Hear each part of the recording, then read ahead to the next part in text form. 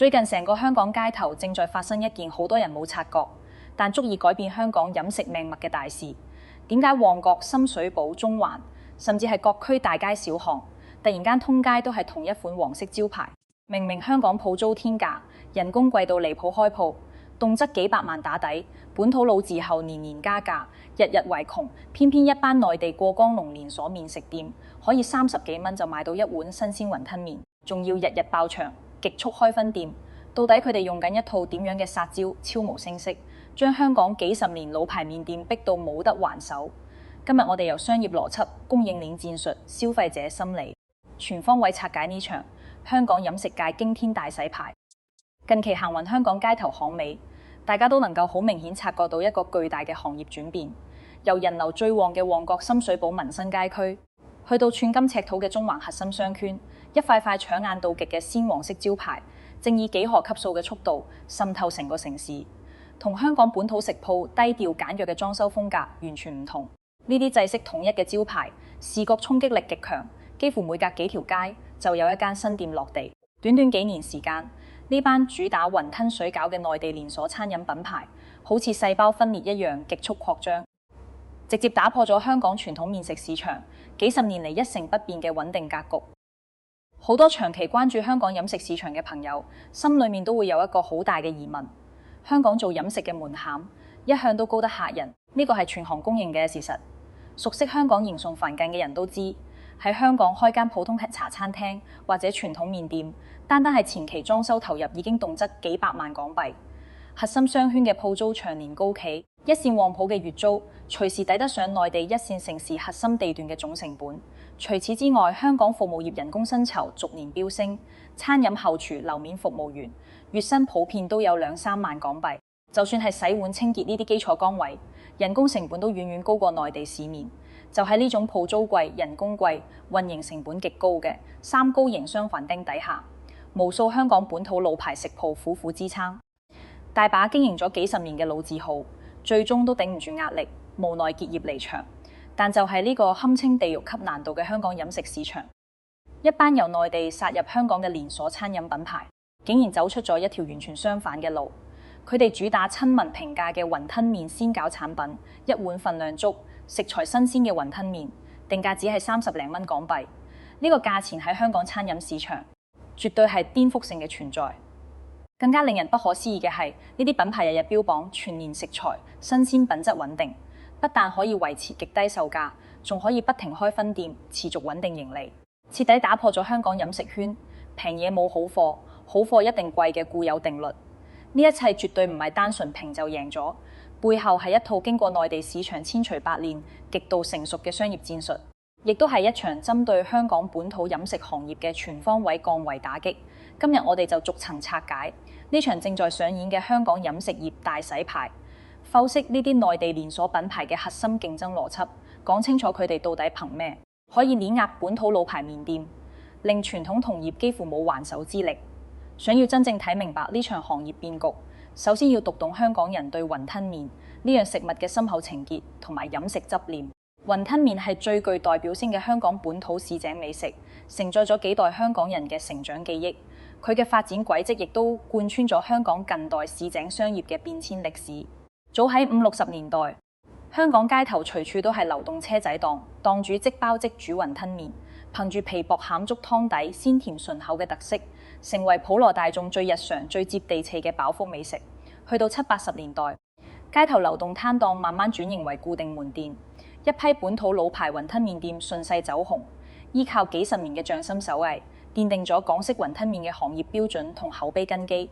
喺香港資深食客嘅認知入面，一碗正宗港式雲吞麵有住極為嚴苛嘅品質要求，絕對唔可以馬虎敷衍。正統港式雲吞要求外皮薄如禪液，通透彈牙，餡料飽滿緊實，鮮甜不膩，湯底就係成碗麵嘅靈魂。必須用大地魚、蝦殼、豬骨等等食材，長時間細火慢熬，湯色清亮、濃郁鮮味，層層遞進入口，回甘十足。呢份對食材工藝口感嘅極致執着，令港式雲吞麵擺脫咗普通快餐嘅定位，成為香港本土飲食文化最標誌性嘅符號之一。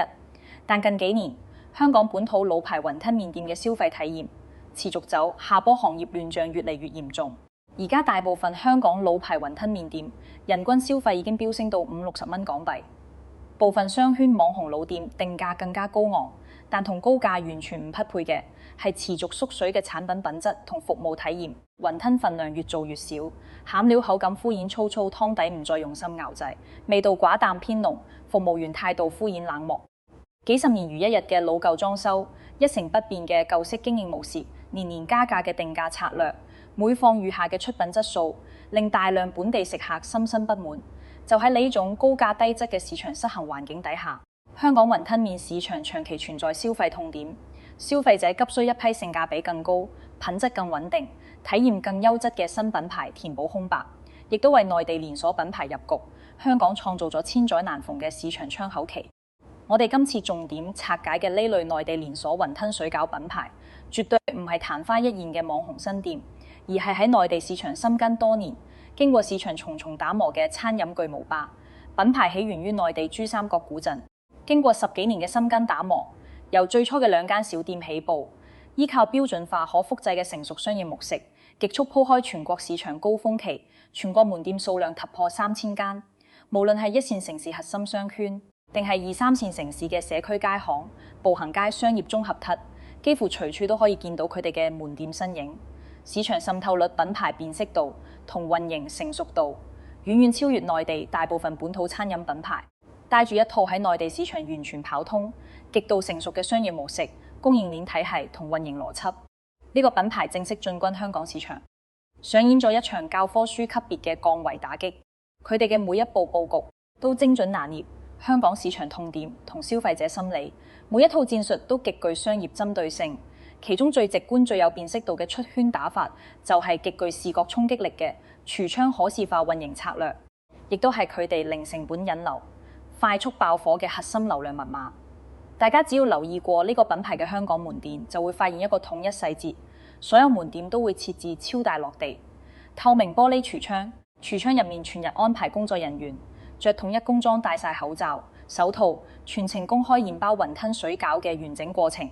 員工利落嫻熟嘅包製動作，新鮮通透嘅原材料，飽滿精緻嘅雲吞水餃，全程實時展示喺街邊路人眼前。呢種直觀嘅視覺呈現，精準擊中啦香港消費者最核心嘅飲食訴求。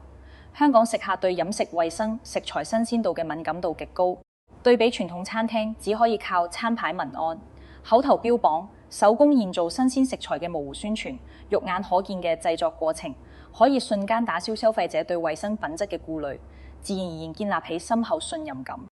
由消費心理學角度嚟講，呢種沉浸式視覺體驗可以營造出獨特嘅新鮮真實感，係傳統餐飲文字宣傳永遠無法比擬嘅傳播效果。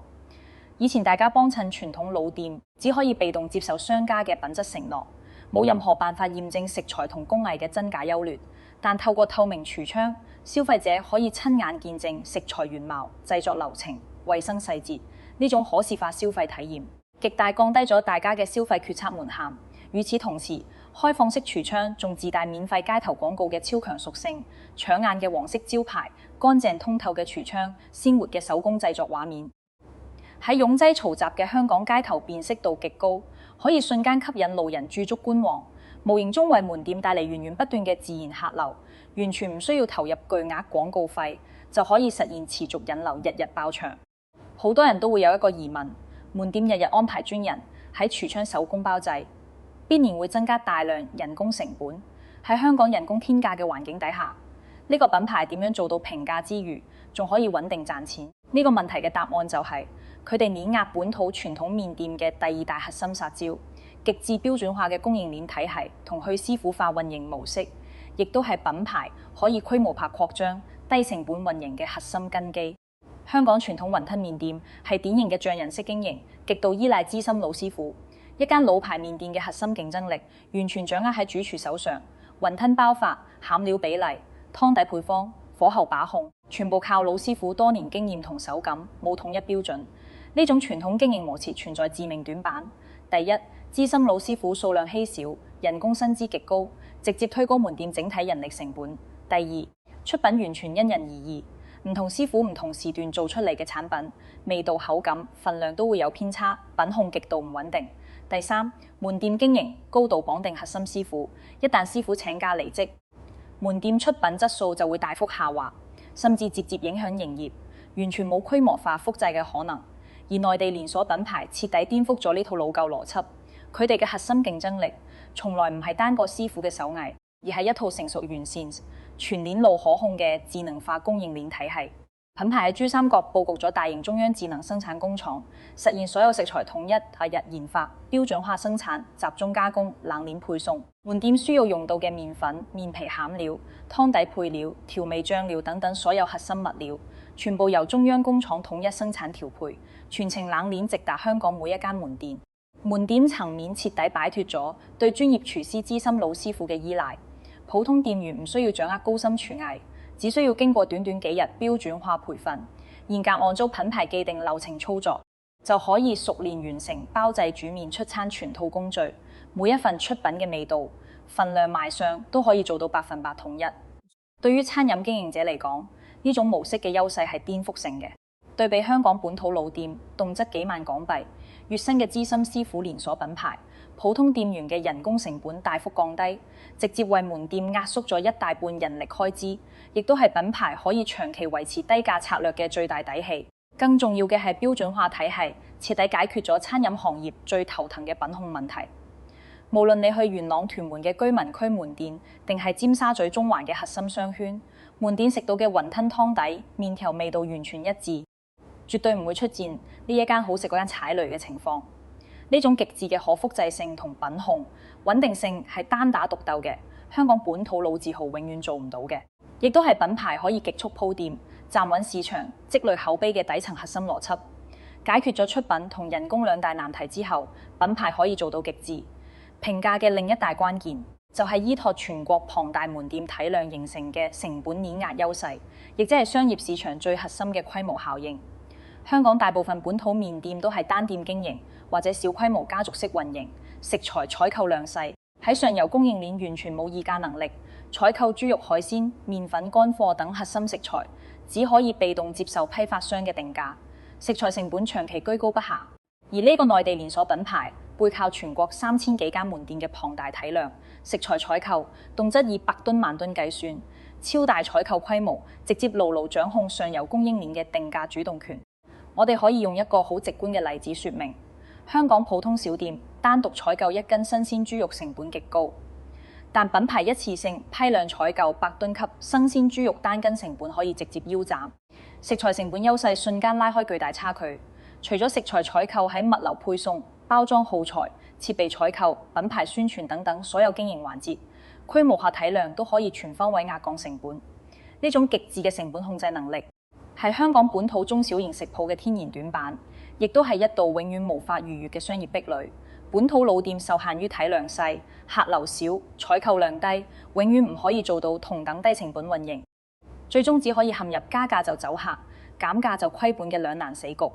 除咗出品供應鏈成本嘅多重優勢，品牌進軍香港市場嘅選址戰略更加盡顯成熟商業思維，完美復刻經典嘅農村包圍城市戰術，步步為營，穩紮穩打，最大限度規避初創期風險，一點一滴蠶食香港飲食市場分牙。好多外來品牌殺入香港都會犯同一個錯誤，一開局就強攻中環、銅鑼灣、尖沙咀核心旺區，妄想靠黃金地段快速打響名氣。但呢啲地段鋪租天價，競爭白熱化，一旦口碑客流未如預期，好快就會陷入巨額虧損，最終草草結業離場。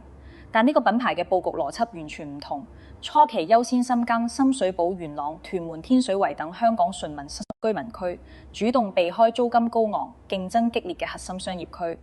呢啲居民區聚集咗大量上班族、基層家庭、本地常住居民，呢類消費群體最大嘅特點就係對價格敏感，注重性價比，追求食材新鮮，同品牌平價量大新鮮嘅定位完美契合。品牌先喺民生社區站穩腳跟，靠極致性價比積累海量本地熟客，透過食客口口相傳完成原始口碑積累，穩定單店盈利模型，同時慢慢打磨適配香港市場嘅運營體系。等到居民區門店模式完全跑通，品牌喺香港擁有一定知名度同用戶基礎之後，再逐步向九龍塘、旺角、尖沙咀等次級商圈滲透，最後先入局中環、金鐘等核心金融商圈，完成全香港全域市場覆蓋。呢種循序漸進嘅擴張模式，最大程度規避咗初創期嘅經營風險，堅持先求生存再謀發展。每一步擴張都有成熟盈利模型同口碑支撐，穩健性遠超盲目衝高嘅外來品牌。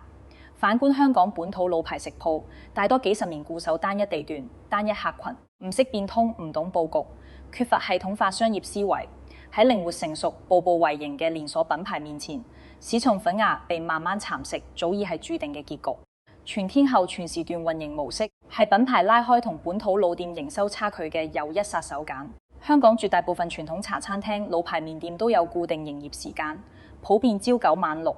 只做午市同晚市兩個飯點高峰，非飯點直接休業。週末同節假日亦會選擇性休息，大把黃金經營時段被白白浪費。與此同時，傳統老店淨係做堂食同少量熟客外賣，經營模式單一，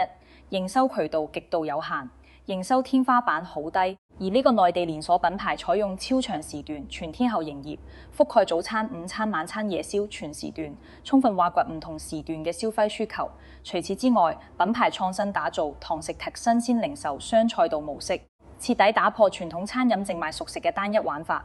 門店除咗提供即煮堂食、打包外賣，仲售賣新鮮生雲吞、生水餃、生鮮麵條等預製食材。市民可以買走新鮮食材返屋企自己煮，便捷度拉滿。對於忙碌上班族、獨居人士、家庭用戶嚟講，呢種模式兼顧新鮮快捷平價，極大拓寬咗消費場景，鎖住咗分層客流。雙賽道經營徹底重構咗門店營收結構，令門店唔再單純依賴飯點高峰客流，閒時都可以靠生鮮零售持續創收。傳統老店一單生意需要經歷點餐煮製、上菜洗碗全套流程，1小時做唔到幾多單。而品牌生鮮零售模式唔需要複雜後廚操作，顧客即買即走，1分鐘完成一單交易，唔使洗碗，唔使額外服務，人力效率同平效遠遠甩開傳統老店，一升一降之間。連鎖品牌嘅營收規模、盈利空間、抗風險能力，早已遠超一眾本土老牌麵店。縱觀呢場轟轟烈烈嘅香港飲食業大變局，我哋可以清晰見到，絕對唔係簡單嘅外來品牌搶生意，而係一場全方位多維度體系化嘅行業降維打擊。過去幾十年殺入香港市場嘅外來餐飲品牌，大多係日系拉麵、美式漢堡、台式茶飲等等海外品類。呢啲品牌主打差異化賽道，同本土傳統麵食錯位競爭，唔會對本土老店造成致命衝擊。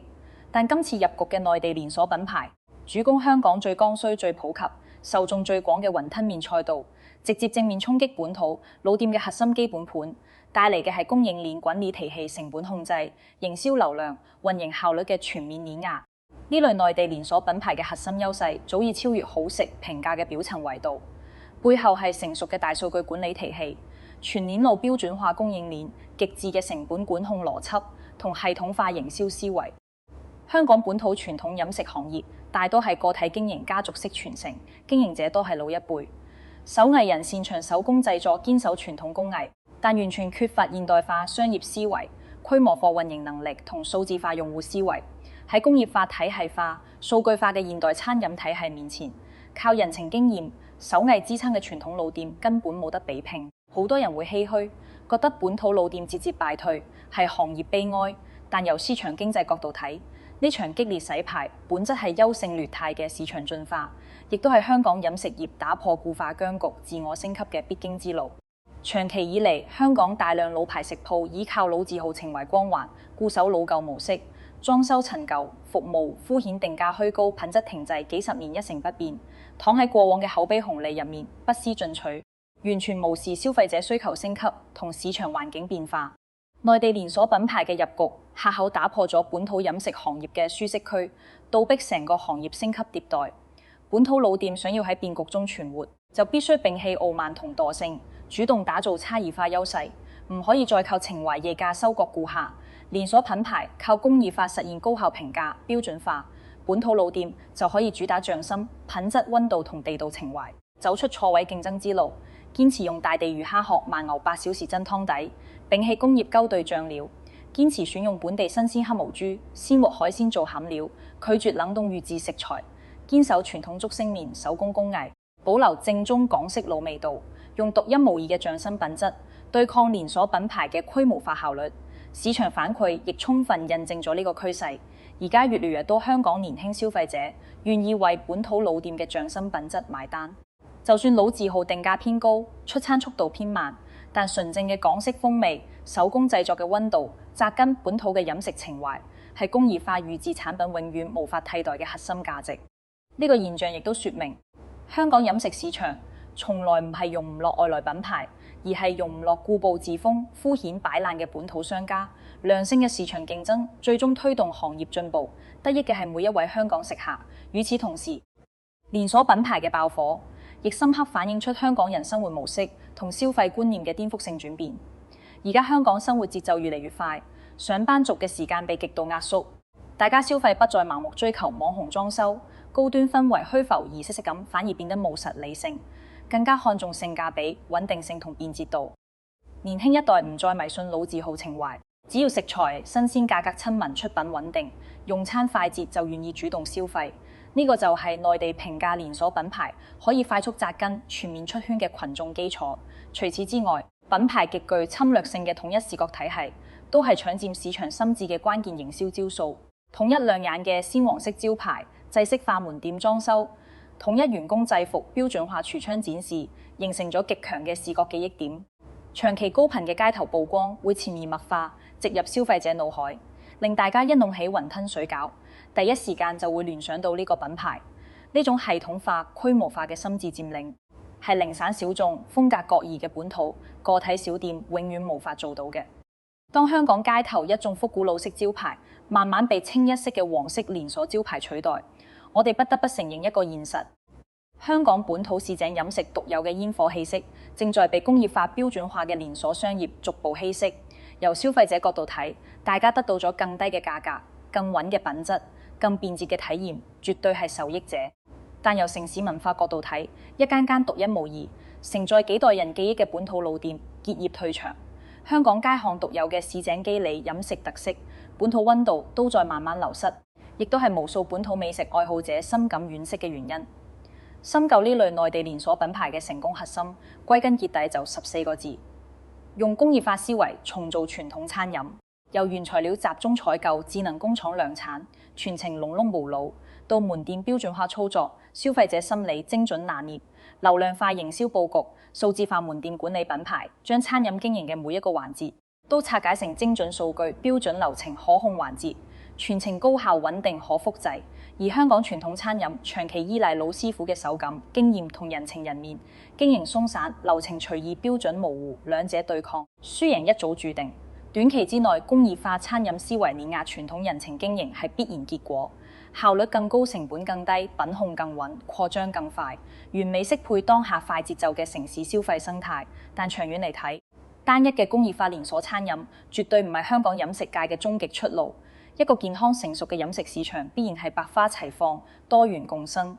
需要高效平價嘅連鎖品牌，滿足大眾日常剛需，亦需要堅守匠心、承載本土情懷嘅老字號，傳承香港獨有嘅飲食文化。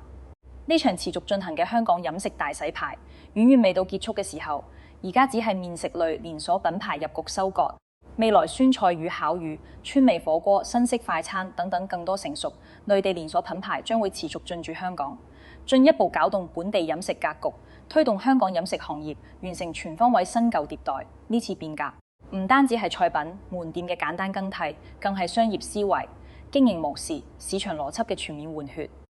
回想以前，好多人覺得內地餐飲品牌模式落後、同質化嚴重、缺乏競爭力，但時至今日，呢個刻板印象早已徹底過時。而家內地連鎖餐飲早已擺脫單純賣產品嘅初級階段，升級為賣體系、賣模式、賣標準、賣流量嘅高階商業形態。一套完整成熟、可複製、可盈利嘅商業系統，係單打獨鬥、固守傳統嘅香港本土創意者完全無法抗衡嘅降維優勢。我身邊有一位深耕香港麵食行業幾十年嘅老麵店老闆，今年已經50幾歲。一輩子堅守手工中式麵工藝，曾經憑一手正宗港式雲吞麵喺區內小有名氣。手工手藝就係佢一生最大嘅驕傲。但自從隔離街巷開咗呢個黃色連鎖品牌，日日大排長龍，客流不斷。反觀自己經營多年嘅老店，客流日漸稀疏，營收逐年縮水，只可以勉強維持收支平衡。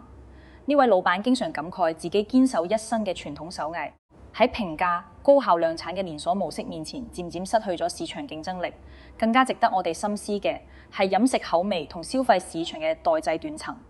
而家年輕消費群體早已淡化咗對傳統港式雲吞麵嘅固有執念，唔再執着於大地魚湯底嘅順口、手工竹升麵嘅勁度。對後生仔嚟講，只要食材新鮮、口味適中、價格夠平、出餐夠快，就值得消費。年輕一代飲食偏好同消費習慣嘅轉變，再加連鎖品牌嘅商業降維打擊，令無數本土老字號經營者心生無力，紛紛萌生結業退場嘅諗法呢，亦都係而家香港傳統食譜嘅普遍困境。危機永遠同機遇並存，行業洗牌嘅陣痛，亦都催生咗香港本土飲食行業嘅全新轉型方向。而家好多香港年輕創意者開始探索全新嘅本土飲食賽道，走出一條連鎖化管理嘅吃、本土化情懷嘅全新融合之路。新一代本土麵店主動借鑑連鎖品牌嘅標準化管理、品牌化運營、精細化服務優勢，升級門店環境，優化服務體驗，規範運營流程，打造專屬品牌口碑。同時堅守本土飲食初心，堅持採用香港新鮮食材，傳承傳統手工工藝，還原最地道嘅港式老味道，留住香港飲食獨有嘅溫度同底蘊。呢一類新式本土麵店雖然定價會比連鎖品牌稍高，但憑借獨一無二嘅匠心品質、地道風味同本土情懷，收穫咗大批忠實食客。喺激烈嘅市場競爭中穩穩紮根，亦為香港本土飲食文化嘅傳承同升級指明咗全新出路。呢個現象都話俾我哋知，外來品牌入局唔係為咗淘汰本土老店，而係倒逼本土飲食革新升級，喺保留文化內核嘅同時，適配新時代嘅市場需求。由宏觀層面嚟睇，單一雲吞麵賽道嘅格局重構，係成個香港商業迭代嘅縮影。而家香港市場嘅競爭早已唔再局限於本地幾百萬商戶嘅內部內卷，而是全面對接大灣區，對接全國嘅成熟商業模式同市場競爭。內地完善嘅供應鏈體系、成熟嘅連鎖運營模式、先進嘅數字化商業思維，正全方位滲透香港各大民生行業，推動香港傳統市井商業完成現代化升級。除此之外，呢類內地連鎖品牌仲有一個極易被忽略嘅核心優勢，就係超強嘅社交傳播屬性，完美適配而家嘅新媒體流量時代。品牌統一嘅黃色視覺風格、乾淨通透嘅櫥窗、場景規整統一嘅門店佈局、簡約精緻嘅包裝設計、打卡顏值極高，好適合喺社交平台分享傳播。而家餐飲門店嘅社交傳播力本身就係核心競爭力，可以靠用戶自發分享實現免費裂變、引流，持續放大品牌流量優勢。反觀大部分香港本土老店，裝修老舊、視覺雜亂，冇設計感、冇打卡屬性，直接錯失新媒體時代嘅海量免費流量。綜合所有因素嚟睇，內地連鎖品牌喺香港嘅突圍，從來唔係靠單一嘅評價優勢、產品優勢，而係一套涵蓋選址佈局、供應鏈成本、標準化運營、視覺營銷、新媒體引流、全時段營收嘅完整組合拳。每一個環節都經過精準市場測算、長期模式打磨、海量市場驗證，極致貼合當下消費者需求。呢一套系統化商業能力，正正係香港傳統零散小店最欠缺嘅。呢場轟轟烈烈嘅香港飲食大洗牌，為所有市場參與者留低咗一道值得深思嘅問題：一座城市嘅飲食市場，到底應該追求極致效率、統一標準、親民評價，定係保留帶住少許瑕疵但充滿人民溫度嘅手工煙火？呢個問題冇絕對標準答案。有人中意平價高效嘅便捷生活，有人堅守獨一無二嘅本土煙火情懷。兩種消費需求、兩種商業形態都有佢存在嘅價值同意義。今日嘅香港街頭依舊繁華熱鬧，煙火不息，城市街巷外觀看似一如既往，但深藏市井之中嘅飲食味道、商業格局、消費邏輯，早已喺潛移默化中徹底改變。亮眼嘅黃色連鎖招牌遍佈全港大街小巷，櫥窗入面嘅手工包製動作日夜不停。呢場農村包圍城市嘅商業戰役已經取得階段性大勝，而香港飲食行業嘅新舊交替迭代進化依然持續進行，從未停止。我哋作為城市變遷同行業發展嘅見證者，能夠做嘅就係如實記錄呢段屬於香港市井飲食嘅時代變革，見證傳統與現代、本土與外來、人情手藝與工業效率嘅碰撞與融合。睇到呢度，相信你對呢場香港飲食洗牌都有自己嘅見解同體驗。你有冇試過呢啲內地連鎖品牌嘅雲吞麵？對比香港幾十年嘅本土老字號，你覺得係平價連鎖更好，定係傳統老味道更值得支持？歡迎喺評論區留言，同我一齊交流討論。鍾意呢類香港商業拆解、行業變局分析、本土市井經濟深度內容嘅朋友，記得黑食點讚、收藏、轉發，亦都一定要按個鈴訂閱我嘅頻道。我會持續更新更多接地氣、有深度嘅香港市場拆解商業邏輯同城市變遷內容，帶你睇透香港各行各業嘅底層玩法。我哋下條片再見。